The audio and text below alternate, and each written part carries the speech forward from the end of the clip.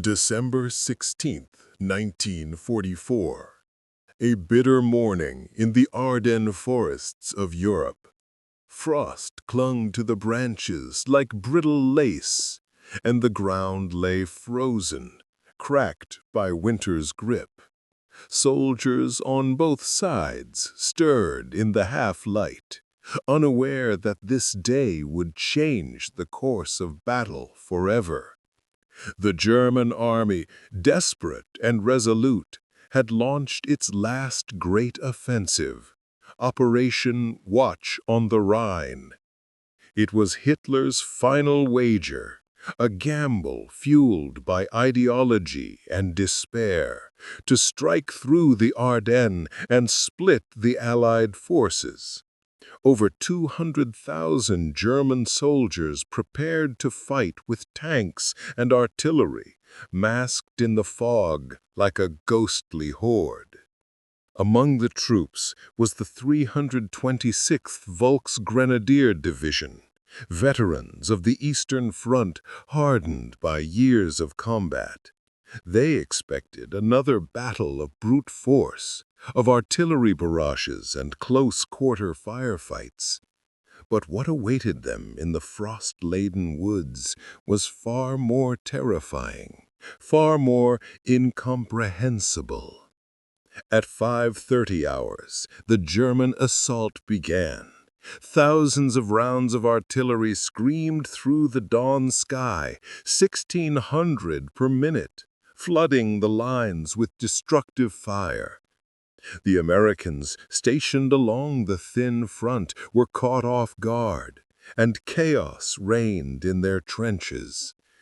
Yet in the heart of this chaos stood Colonel Oscar Alfred Axelson of the 406th Artillery Group. He surveyed the devastation, watched his men overwhelmed by superior forces, and felt a knot of despair twist in his gut. His orders were clear. Do not deploy the new proximity-fused shells. The risk was grave. If captured, the technology could fall into enemy hands.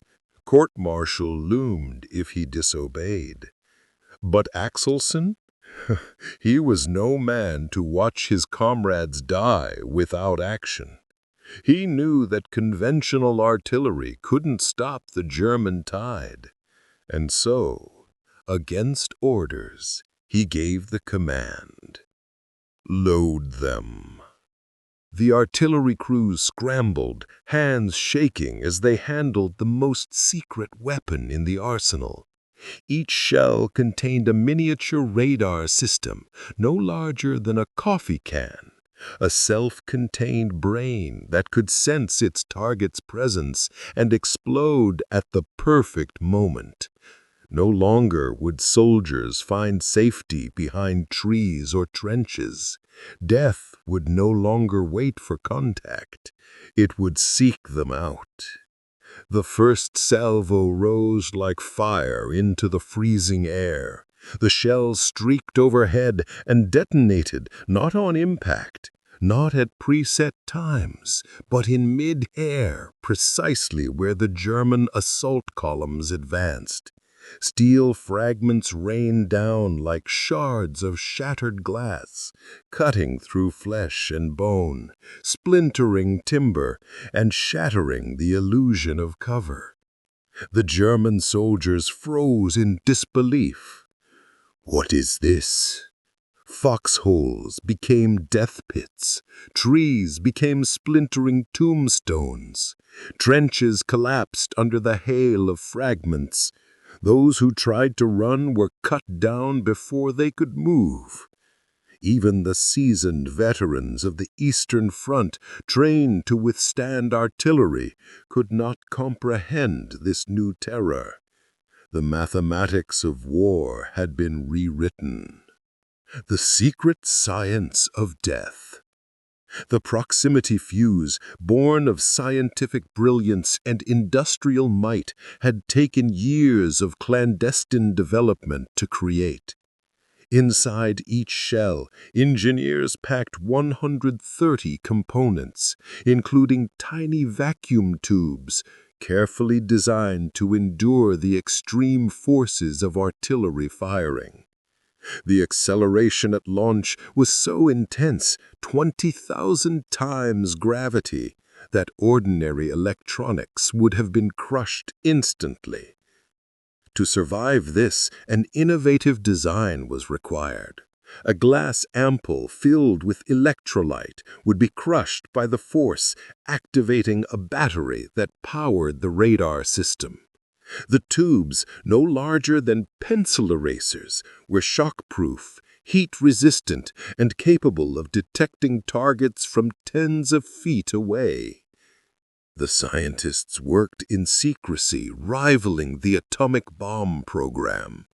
Located in an abandoned car dealership in Maryland, the Johns Hopkins Applied Physics Laboratory was a fortress of innovation, protected by layers of security. Engineers couldn't speak of their work even to their own families. Each fuse bore a serial number, traceable and secure. Among the masterminds behind this effort was Dr. Merle Tuve, who pushed the project forward with relentless intensity. Another, Dr. James Ann Vallon, pioneered miniaturization techniques that would later power space exploration. They weren't just making artillery, they were forging the future. By December 1944, American factories were producing 40,000 proximity fuses a day. 100 companies contributing to the effort, from RCA to General Electric. Each component was tested, every solder joint inspected, and any flawed piece discarded without hesitation. The cost, once astronomical at over $700 per fuse, dropped to $18 by mass production standards. Quality control became stricter than ever before. The women who labored around the clock, unaware of the true nature of their task, created a product that saved thousands of lives. And in the Ardennes, this science met steel and blood on the battlefield. The German soldiers had no defense. They had built fortresses, planned strategies, and rehearsed tactics for years, yet none prepared them for a weapon that struck from above, unseen, unforgiving. Colonel Oscar Axelson's choice that morning became a turning point. His unauthorized action saved countless lives in the trenches and slowed the German advance. The army, shocked at first, quickly lifted restrictions and authorized the widespread use of proximity fuses. The shockwave that shattered formations. By December 19, 1944, word of Colonel Axelson's daring decision spread like wildfire through the American ranks. What had once been a terrifying secret was now a decisive advantage. The Allies rapidly authorized the use of proximity fuses on the battlefield, and within days, artillery units across the Ardennes forests were equipped to strike with unmatched precision. The Germans, they had never seen anything like it. Bastogne, the heart of resistance. The siege of Bastogne would become the proving ground for proximity fuses. The 101st Airborne Division, surrounded and cut off from reinforcement, clung to its defensive positions like a lifeline. Snow blanketed the roads and supply lines were nearly severed, but inside the town, resolve remained unbroken. American artillery units like the 463rd Parachute Field Artillery Battalion huddled behind their howitzers, preparing for relentless attacks. Their weapons included the prized proximity-fused shells, capable of targeting enemy troops in any weather at any time. Between December 19th and December 31st, the 463rd fired over 7,600 rounds. Not all were proximity-fused, but the ones that were left scars that would never fade from German memory. On Christmas Eve, German infantry tried once more to overrun Bastogne's defenses. Their assault formations moved confidently across the open snowfields, believing that the Allies, trapped and exhausted, would crumble. They marched forward, shoulder to shoulder, ready to fight to the last man. But then the shells came, exploding in mid-air, detonating 30 to 50 feet above their heads. Fragments rained down like a storm of iron hailstones. Trees shattered, trenches collapsed, and soldiers who thought themselves protected were exposed. Entire platoons disintegrated before reaching American lines. There was no warning, only the terrifying whistle of shells, and then silence. The African-American 969th Artillery Battalion's role. Farther south, another unit, the 969th Artillery Battalion, composed entirely of African-American troops, stood its ground with courage and precision. Their 155mm howitzers fired thousands of rounds, many proximity-fused, creating a deadly perimeter around Bastogne. German officers later testified that attacking Bastogne became an exercise in futility. Soldiers attempting to cross roads, supply convoys trying to resupply forces, and field kitchens scrambling to prepare rations, all were devastated by sudden airbursts. The psychological toll was immense. Units that had fought bravely for years found themselves helpless, stripped of tactics and courage by a weapon they could neither predict nor counter. The forests of the Ardennes, once considered ideal for concealment, became death traps. Trees, trunks, and branches splintered into deadly projectiles. Soldiers seeking refuge beneath roots or in ravines were shredded by flying debris. The woods, that ancient ally of infantry warfare, turned against them. Even seasoned veterans, trained in the art of camouflage and ambush, were powerless.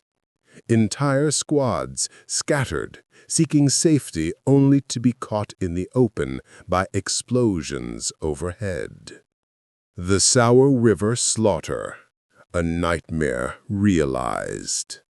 On December 25, 1944, near the Sauer River, General George S. Patton witnessed firsthand the devastating effect of proximity-fused artillery. He recorded it in his memoirs, War as I Knew It, with a mixture of awe and horror. A German battalion, believing itself hidden by darkness and fog, attempted to cross the river under cover.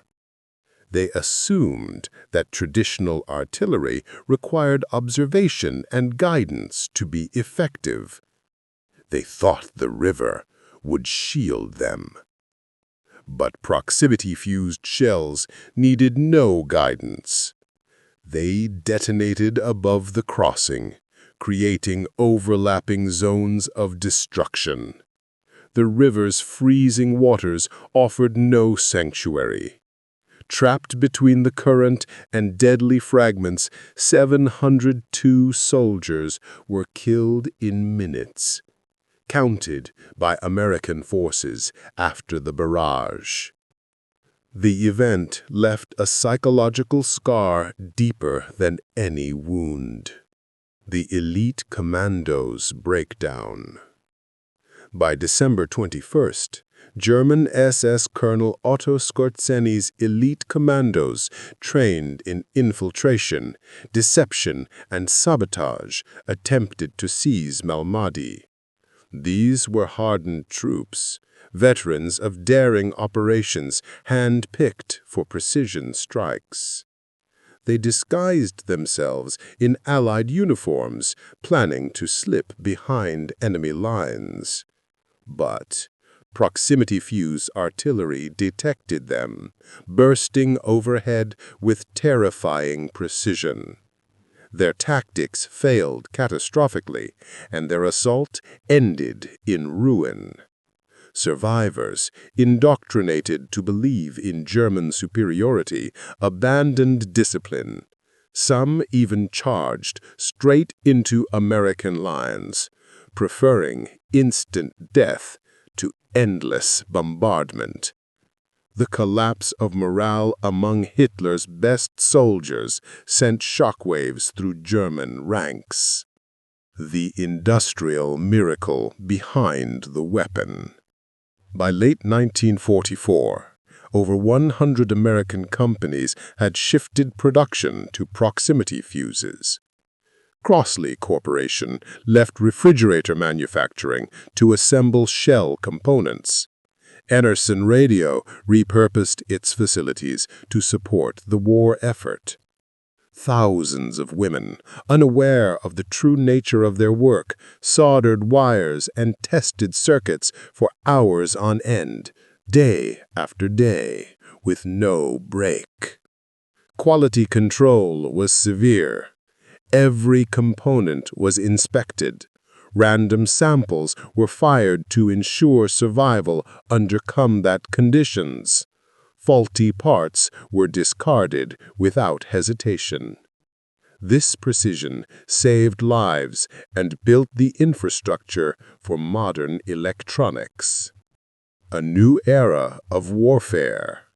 The proximity fuse didn't just multiply firepower, it transformed warfare itself.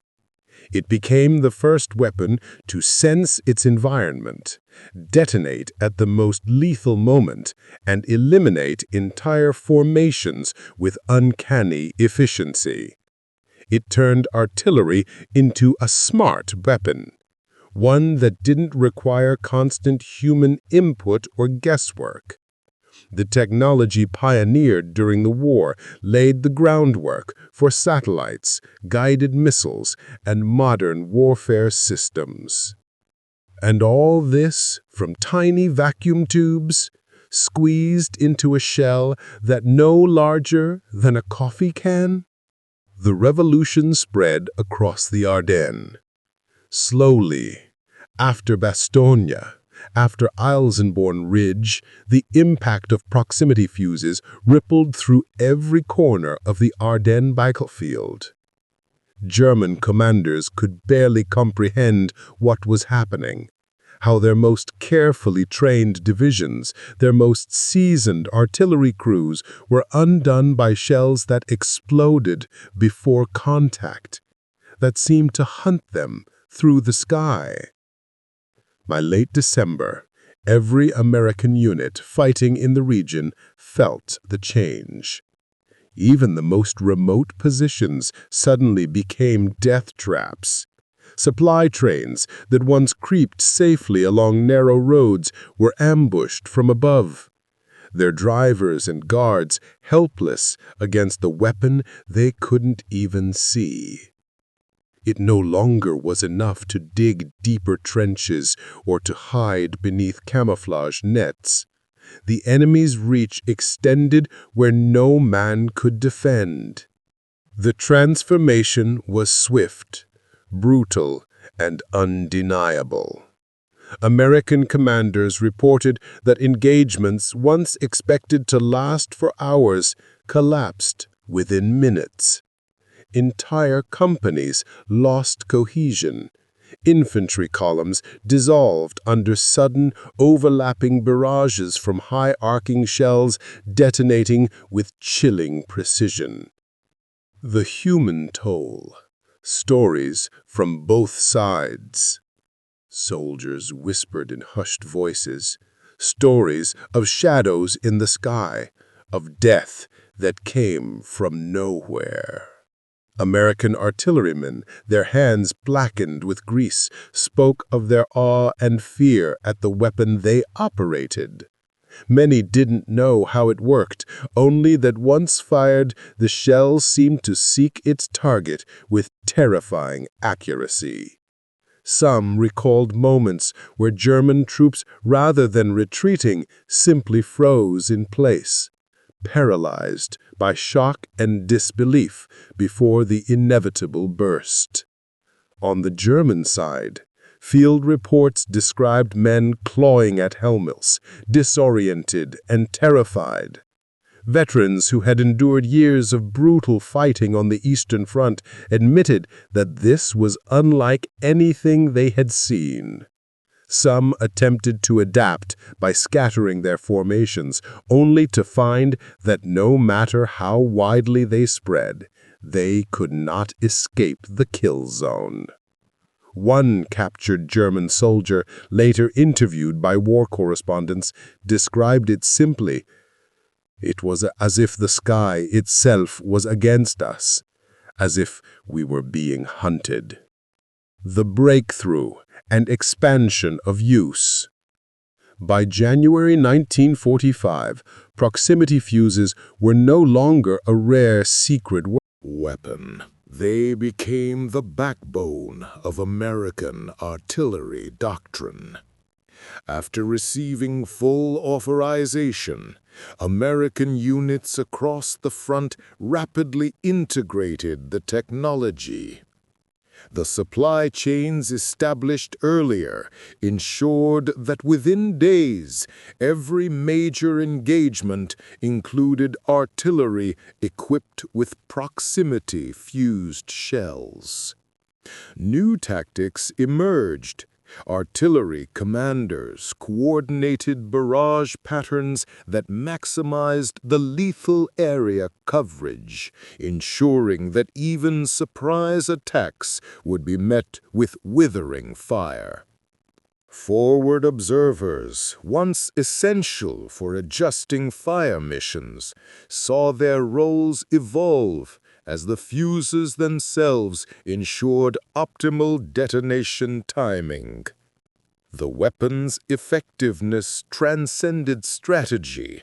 It reshaped the psychological landscape of battle. A new age of warfare. Technological legacy. As the war drew to a close, military analysts and historians alike began to recognize that proximity fuses marked the beginning of modern warfare. The lessons learned about sensor integration, electronics miniaturation, and automated targeting would shape the next generation of weapons systems. Dr. James Van Allen's work, once confined to battlefield applications, expanded into space research, ultimately leading to the discovery of Earth's radiation belts, proof that wartime technology often carried seeds for scientific revolutions. The same concepts that powered proximity fuses later influenced missile guidance systems, air defense networks, and even civilian navigation technologies. The battlefields of the Ardennes had become laboratories of the future, a grim crucible from which tomorrow's weapons and tomorrow's hopes emerged. The final reckoning, reflection, and remembrance. As January 1945 drew to a close, the Ardennes offensive lay in ruins. The Germans' gamble had failed. Their forces, battered and demoralized, withdrew under relentless bombardment and unyielding resolve. For American soldiers, the victory came at a tremendous cost. Thousands paid the ultimate price, but many more were spared thanks to the effectiveness of the new artillery. For German troops, the terror of proximity-fused shells lingered long after the battle ended. Some carried the scars, physical and psychological, for the rest of their lives.